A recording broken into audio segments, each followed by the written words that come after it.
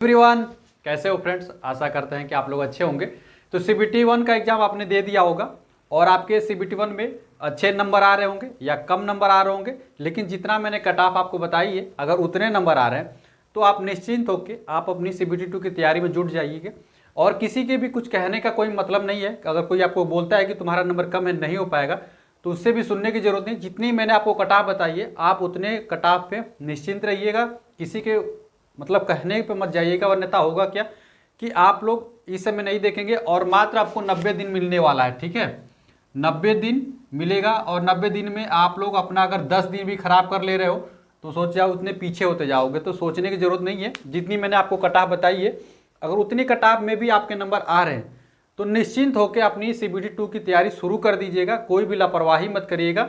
अन्यथा यहाँ पे तो आपके नंबर कम आई हैं, तो यहाँ पे नंबर कम आए तो कोई समस्या वाली बात नहीं है, ठीक है। कोई समस्या नहीं है यहाँ पे कम नंबर आए, क्योंकि ये CBT 2 में जो भी आपके मेरिट जो बनेगी इसमें नंबर जुड़ेगा नहीं। नंबर कहाँ जुड़ने वाला है? आप CBT 2 से। CBT 2 का 70% लिया जाएगा। तो अब आपको CBT 1 को भूल जाओ। CBT 1 का कोई मतलब, अगर पॉइंट नंबर से भी तुम्हारा CBT 1 में सिलेक्शन हो जाता है CBT 2 के लिए, बस इतना ही हमको चाहिए। इससे ज़्यादा हमको नंबर नहीं चाहिए। जो बोलना है ना, जो ज़्यादा नंबर लाए हैं उनको बोल देना, भाई तुमको मुबारक हो, मेरा पॉइंट से ही नंबर सिलेक्शन हो जाए, बस हमको सिलेक्शन चाहिए CBT 1 में। CBT 2 में हम तुमसे ज़्यादा नंबर लेके आएंगे, ठीक है।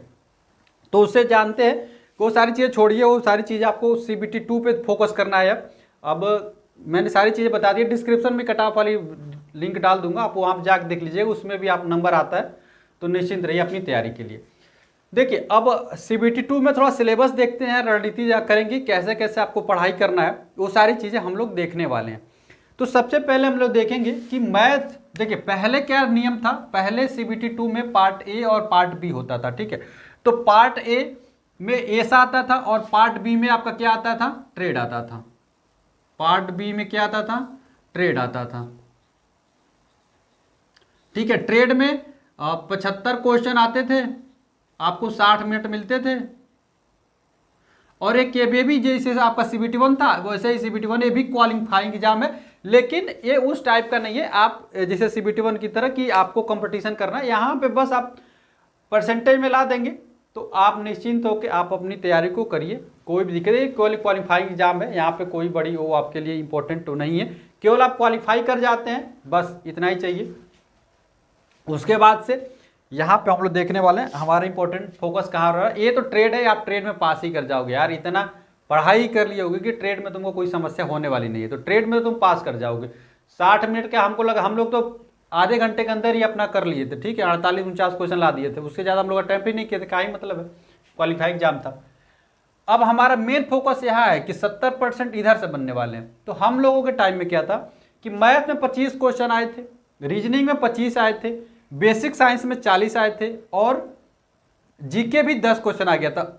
और कल भी मैंने एक वीडियो बना दी थी, सॉरी वो गलती हो गया था, उसके लिए मैं माफ़ी मांगता हूँ, कि उसमें भी मेरे टेक्नीशियन को बताने जाने वाला था और आप लोगों के लिए बता दिया था, ठीक है। तो इस चीज़ को आप लोग देख लीजिए, बेसिक साइंस 50 क्वेश्चन आने वाले। अब देखिए, अब यहाँ से चीज़ें शुरू होती हैं। अभी तक तो आपको यहाँ तक ठीक था। तो सबसे पहले आपको मैं बुक लिस्ट बता देता हूँ, कौन कौन सी बुक लिस्ट रहने वाली है आपके पास। तो वो बुक लिस्ट, जो बुक लिस्ट मैं बता रहा हूँ, ये बुक लिस्ट आपके पास है। तो अगर इससे पहले आप कोई भी बुक रखे होंगे तो कोई दिक्कत नहीं। अगर अभी तक आपने कोई बुक नहीं खरीदी है तो इस बुक को आप लोग खरीद लीजिएगा, जो चीज़ हम बताने जा रहे हैं। तो आज हम लोग बात करने वाले हैं LP CBT 2 के बारे में। तो रेलवे CBT के सिलेबस में रेलवे मैथमेटिक्स है। तो रेलवे मैथमेटिक्स कहाँ से पढ़ाई करना है आपको? तो देखिए, रेलवे मैथमेटिक्स के लिए क्रिएट पब्लिकेशन की ये बुक है। 2018 से लेकर 2023 तक जितने भी एग्जाम हुए उसका PYQ ये सारा है। और इसमें 255 सेट्स हैं, LP टेक्नीशियन, RPF SI, ठीक है, और NTPC के भी कुछ क्वेश्चनों को इसमें समाहित किया गया है। तो आप देखेंगे ये बेस्ट बुक रहेगी रेलवे मैथ्स के लिए। उसके बाद हम लोग रीजनिंग की देखते हैं। तो रेलवे रीजनिंग की ये बुक, ये भी क्रिएट पब्लिकेशन की बुक है। इसमें भी 2018 से लेकर 2023 तक जितने भी पेपर हुए हैं उनका PYQ इसमें कंपाइल किया गया, LP और टेक्नीशियन और NTPC। तो इन सारे एग्जामों का एग्जाम सॉल्व करेंगे पेपर को, तो निश्चित तौर पे आपको नंबर बढ़ेंगे और टॉप 55 सेट्स इसमें भी डालेंगे। और सबसे इंपॉर्टेंट बुक जो होने वाली है वो आपकी ये बुक होने वाली है, बेसिक साइंस एंड इंजीनियरिंग की, और जो कि इसी से केवल 50 क्वेश्चन आने वाले। तो आप इसमें क्रिएट पब्लिकेशन में आपकी आती है, हिंदी में भी आती है और क्रिएट पब्लिकेशन की इंग्लिश में भी आती है। तो किसी भी लैंग्वेज में आपको पढ़ाई करना है तो क्रिएट पब्लिकेशन की ये बुक ले लीजिएगा। इसमें बहुत ही जो भी आपके सिलेबस में है वो सारे सिलेबस को इसमें डाल दिया गया है। तो ये जो बुक लिस्ट मैंने बताई उस बुक लीजिए और LP CBT 2 में अपना एक सीट पक्का कीजिए।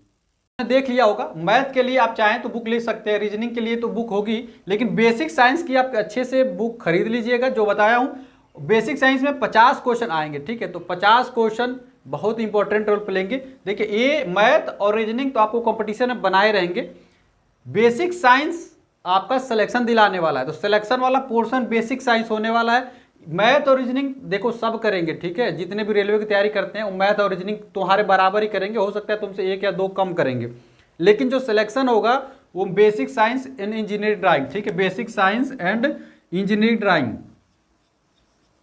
और एक चीज और बता दूं, इस बार पिछली बार तो ज्यादा ड्राइंग से नहीं आया था, लेकिन इस बार इंजीनियरिंग ड्राइंग जो हटाया गया है 10 नंबर जीके का, वो ड्राइंग का ही पोर्शन आने वाला। तो ड्राइंग वाला पोर्शन एकदम आपको अच्छे से तैयारी करनी चाहिए। और मैं अगर चाहोगे तो मैं ड्राइंग वाला बता दूंगा, क्योंकि ड्राइंग का तैयारी मेरी अच्छी थी, ड्राइंग मुझे अच्छे से आता था, तो ड्राइंग में आपको अच्छे से समझा भी सकता हूँ।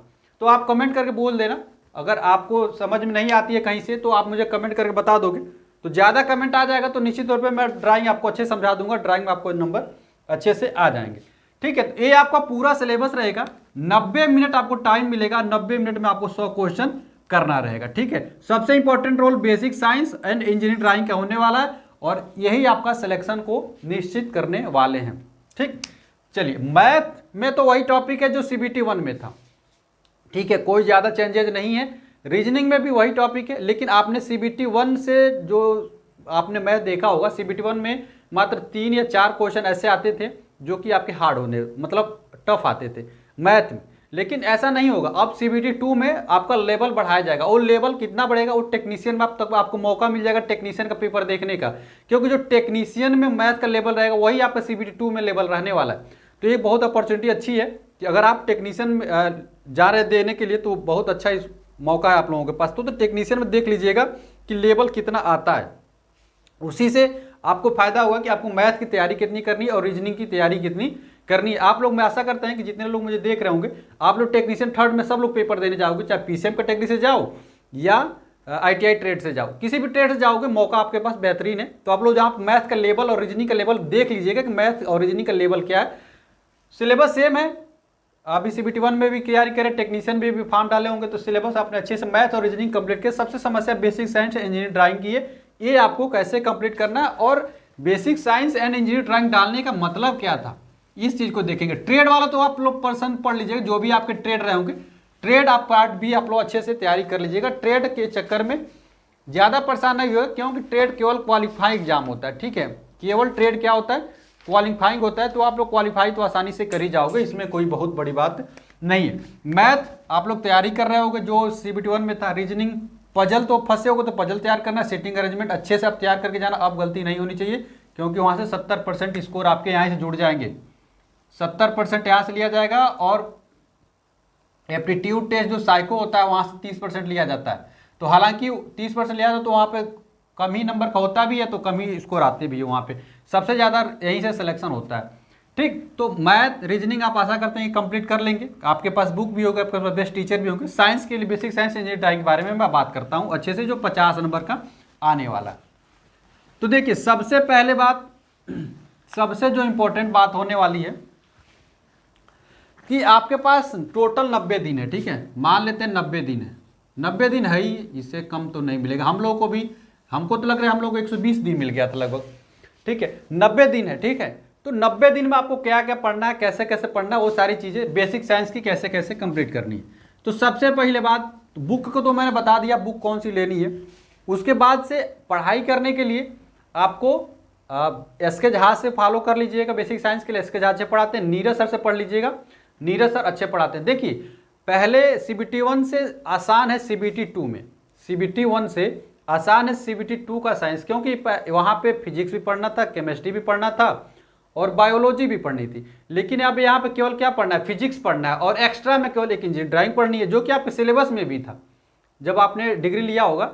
डिप्लोमा और BTech को तो अच्छे से आता हो, केवल ITI वालों को पढ़ाने की जरूरत है इंजीनियरिंग ड्राइंग, वो क्योंकि उनके समय में कोई अच्छे से पढ़ाता नहीं था, ठीक है। मैं ITI भी पढ़ाया हूँ, ITI की कॉलेजों में भी, तो वहाँ पे भी मैं इंजीनियरिंग ड्राइंग ही पढ़ाता था। तो आप लोग रिकमेंड करेंगे तो मैं निश्चित तौर पे आप लोगों को अच्छे से आपका इंजीनियरिंग ड्राइंग अच्छे से कंप्लीट कर दो, लेकिन उसके लिए नंबर ऑफ स्टूडेंट को कमेंट आना चाहिए, तभी पढ़ाऊँगा। अब ऐसा थोड़ी होगा यार 2 लोग 10 लोग कंप्लीट कर दोगे तो पढ़ा दूंगा, समझ रहे हो, मतलब 2000 तो टाइम लगता है ना, और आप लोग इंटरेस्टेड नहीं लेंगे तो पढ़ाने से कोई फायदा मेरे थोड़ी, आप लोग किसी और इंस्टीट्यूट से पढ़ लीजिए तो जो अच्छे पढ़ाते हो। ठीक, तो मैं टीचरों का नाम बता दिया, बुक लिस्ट भी बता दिया है, ठीक है जनरली। अब हम लोग देखने वाले हैं इस कौन कौन से सिलेबस में है और क्यों है, इस सिलेबस में डालने का मतलब क्या है, रेलवे ऐसा क्यों सिलेबस में इसका डाली है, इसको हम लोग देखेंगे। तो सबसे पहले बात यूनिट्स एंड मेजरमेंट, तो ये तो रहता ही है भाई, यूनिट्स एंड मेजरमेंट में आपको मापन भाई सब चीज़ देख लीजिएगा कि यूनिट एंड मेजरमेंट मुझे नहीं बताने की जरूरत है कि आप लोगों को क्यों याद करने की जरूरत है, सारे यूनिट्स आपको याद होना चाहिए भाई, ठीक है। उसके बाद दूसरे चेट, अब यहाँ से चीज़ें शुरू हो जाती हैं क्यों इसको डाला गया था, तो चाल एवं वेग, दूसरा सब चाल एवं वेग। अब ये देखिए चाल एवं वेग को डाला गया, देखिए अब आप अपने आप को एक एएलपी मान के चलना है, ठीक है। अब अपने आप को फील करना है कि मैं एक एज एएलपी हूँ, मैं रेलवे ड्राइवर हूँ, ठीक है, मैं लोको पायलट हूँ, अपने आप को एकदम फील करेंगे और फील कर करके जब पता चलेगा कि इस चीज़ को पढ़ना क्या, तब आपका इंटरेस्ट और बना रहेगा। अब चाल एवं वेग का सिलेबस में डालने का क्या मतलब है, अब देखो चाल और वेग दो चीज़ें, अंतर पता है चाल और वेग का, नहीं पता होगा, एक देखो एक सदिश राशि है और एक अदिश राशि है, यही अंतर है इसका, ठीक है। चाल सदिश जो भी हो, चाल जो है वो अदिश है और वेग क्या है, सदिश राशि है, तो यही इसका मेन डिफरेंस है, बहुत लोगों को पता ही नहीं होगा चाल एवं वेग में अंतर क्या है, ठीक। अब चाल एवं वेग का मतलब क्या डाला गया, चाल एवं वेग डालने का ये मतलब था कि अगर तुम ड्राइवर हो, ठीक है, और अगर क्या तुम ड्राइवर हो ही, और ड्राइवर हो, एक ट्रेन से एक स्टेशन से दूसरे स्टेशन पर जाओगे, बीच की दूरी 18 किलोमीटर है, तो तुमको पहुंचना 10 मिनट में, तो कितने की स्पीड को उसको मेंटेन करके रखोगे तब भी टाइम से पहुंच पाओगे, समझ रहे हो। या ये भी होता है कि कभी कभी देखे हो एक स्टेशन 50 किलोमीटर दूर है और वहाँ का टाइमिंग दे दिया गया है 35 मिनट में, तुम कितनी स्पीड बढ़ा के जाओगे कि तुम 35 मिनट में उस स्टेशन पर पहुँच सको, इसीलिए इस सिलेबस में चाल एवं वेग को डाला गया। तो अब आप चाल और वेग पढ़ोगे तो तुम फील करोगे कि मुझे क्या क्या रेलवे में ड्राइवर बन जाऊंगा तो मुझे क्या क्या जरूरतें पड़ेंगी, तुम सारी चीज़ों को आप सिलेबस में रहेगा तो अकॉर्डिंग सॉल्व करोगे तो बहुत मजा आएगा और फील करोगे, ठीक है। तीसरे नंबर पे चाल एवं वेग समझ के डालने का क्या मतलब था। उसके बाद से कार्य ऊर्जा एवं शक्ति, कार्य ऊर्जा एवं शक्ति, अब ये भी इंपॉर्टेंट है भाई, ये सारी चीज़ें आपको पता होना चाहिए, ड्राइवर आपको ये सारी चीज़ें आनी चाहिए, कितना कार्य ऊर्जा शक्ति भाई, कितना ईंधन जलाना चाहिए, कितनी पावर इंजन को लगाना चाहिए, ये सारी चीज़ें आपको आना चाहिए। P बराबर W/T, F बराबर W बराबर F इंटू डी, ये सारी चीज़ें mgh सारे ऊर्जा का तो सारी चीज़ आपको याद ही करना है, तो ये सारी चीज़ें आप लोग अच्छे से कंप्लीट कर लीजिएगा जो भी चीज़ है। चौथा द्रव्यमान एवं भार एवं घनत्व, द्रव्यमान भार एवं घनत्व ये बड़ा इंपॉर्टेंट है, इस चीज को भी आप लोग खत्म करिएगा। देखिए यूनिट एंड मेजरमेंट से मात्र एक क्वेश्चन आएगा, ज्यादा नहीं आएगा, लेकिन चाल वेग से कम 3 से 4 क्वेश्चन आएंगे, कार्य ऊर्जा शक्ति से भी 3 से 4 क्वेश्चन आएगा, ये भी समझ लीजिए। द्रव्यमान भार एवं घनत्व से भी 3 से 4, ये सारी इंपॉर्टेंट चीजें चल रही है, समझ लेना। 5वें नंबर पे आता है आपका ऊष्मा एवं ताप, ये बड़ा इंपॉर्टेंट है कि आपको पता रहना चाहिए कितना, एक आज ड्राइवर हो तो आप गाड़ी जब चला रहे हो तो आपकी गाड़ी का टेम्परेचर कितना हो गया आपके ट्रेन का, बाहर का ऊष्मा मतलब जो भी हो ऊष्मा और टेम्परेचर आपको अच्छे से पता होना चाहिए, विशिष्ट ऊष्मा वगैरह सब कुछ आपको पता होना चाहिए, गैस की विशिष्ट सीपी सीबी ये सारी चीज़ें अंतर जब पढ़ रहोगे टीचर से जब पढ़ोगे तो सारे टीचर आपको अच्छे से इसको कंप्लीट करवा देंगे। 6ठे नंबर पे देखोगे तो आपको कंप्यूटर अच्छे से आना चाहिए, क्योंकि कंप्यूटर का ज़माना चल गया, तो आप देखेंगे सिलेबस में IT है, IT लिटरेसी है, तो ये सारी चीज़ें इंपॉर्टेंट चीज़ें आपको खत्म करनी है। उसके बाद से सबसे इंपॉर्टेंट चैप्टर एक होने वाला, वो मैं बता दूं, इंपॉर्टेंट चैप्टर कौन सा आने वाला, ये होने वाला है, ये विद्युत बेसिक इलेक्ट्रिसिटी, ये इतना इंपॉर्टेंट चैप्टर है ना, बहुत इंपॉर्टेंट चैप्टर है। बेसिक इलेक्ट्रिसिटी से 7 से 8 क्वेश्चन आपको देखने को मिलेगा, तो जितना ज़्यादा से ज़्यादा टाइम आप दे सकते हैं बेसिक इलेक्ट्रिसिटी के लिए दीजिए, क्योंकि सारे आज के ज़माने में जितने भी इंजन हैं सब इलेक्ट्रिक हो चुके हैं।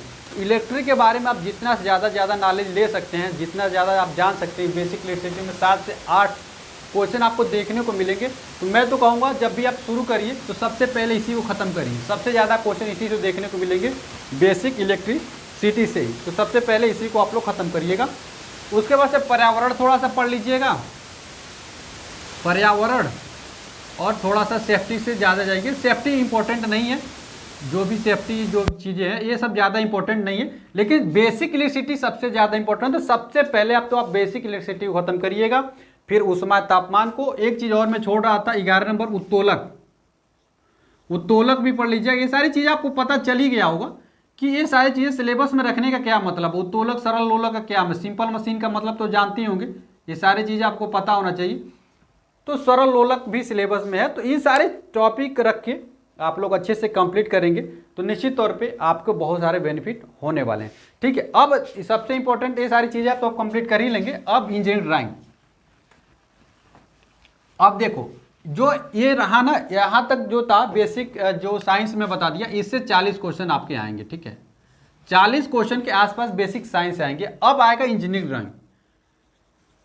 अब इंजीनियरिंग ड्राइंग से आपको देखने को क्वेश्चन मिलेगा कितना, 10 क्वेश्चन।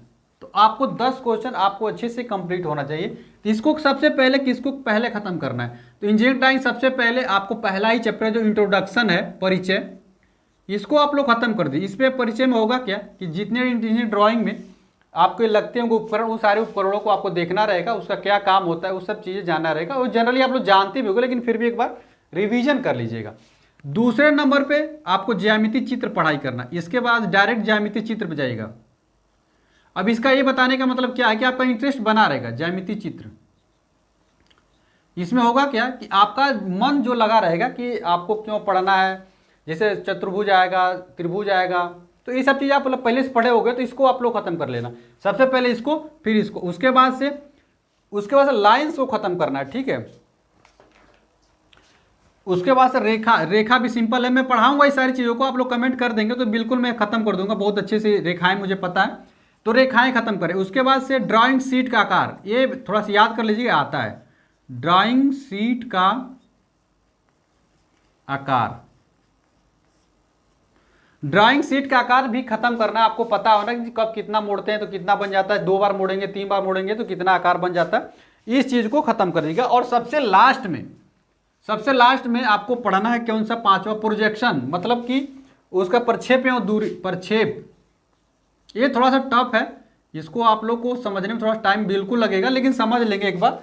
लेकिन मैं सबसे लास्ट में इसको बोलूँगा प्रोजेक्शन, ही चैप्टर को खत्म करिएगा, शुरू में नहीं, क्योंकि इसमें आपको बहुत ज़्यादा टाइम लग सकता है। तो प्रोजेक्शन एंड व्यू को खत्म करिएगा।